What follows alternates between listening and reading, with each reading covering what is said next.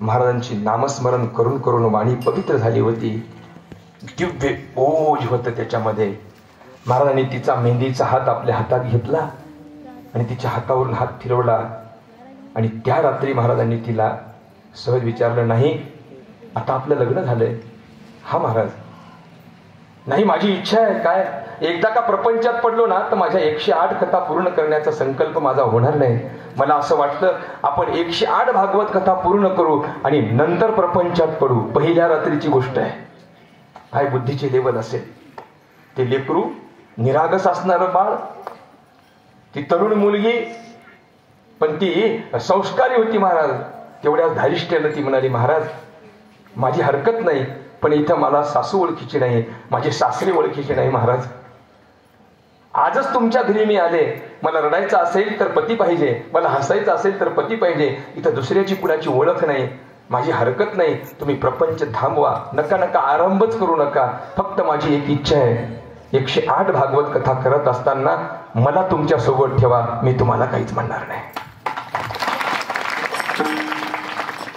ठरलं ठरलं. Commit commit. कधी? त्या रात्री शरीर सुखाच्या त्या रात्री आत्मसुखाच्या गोष्टी रंगायला लागल्या. महाराजांनी कथा सुरू केल्या. हा म्हणता म्हणता 8 ते 10 वर्षाचा महाराजांचा काळ पूर्ण झाला आणि महाराजांच्या 108 कथा पूर्ण झाल्या. महाराजांनी ऐलान केलं, आजपासून आमच्या कथा थांबणार आहेत. आमच्या सौभाग्यवतीनं आम्हाला सहकार्य करून आमच्या कथा पूर्ण करण्याकरिता मदत केली. आता इथून पुढे आम्ही तिच्यासाठी थोडा वेळ देणार आहोत. आणि कथा थांबल्या. 8.5 ते 9 वर्षानंतर पुन्हा तीच रात्र आली. तोच ग्लास, तीच मेहंदी, तीच साडी. किती वर्षानंतर? आता माझं मजा आहे, खूप मजा आहे.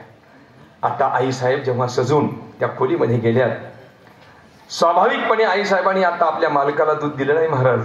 तिनं गोपाळकृष्णालाच देऊन टाकलं. रामकृष्ण आहे. शांत वातावरण आहे, आकाशामध्ये चंद्रमा आहे. ती पलंगावर बसली. आज आईसाहेबांनी महाराजांचा हात आपल्या हातात घेतला, त्या हातावरून हात फिरवला.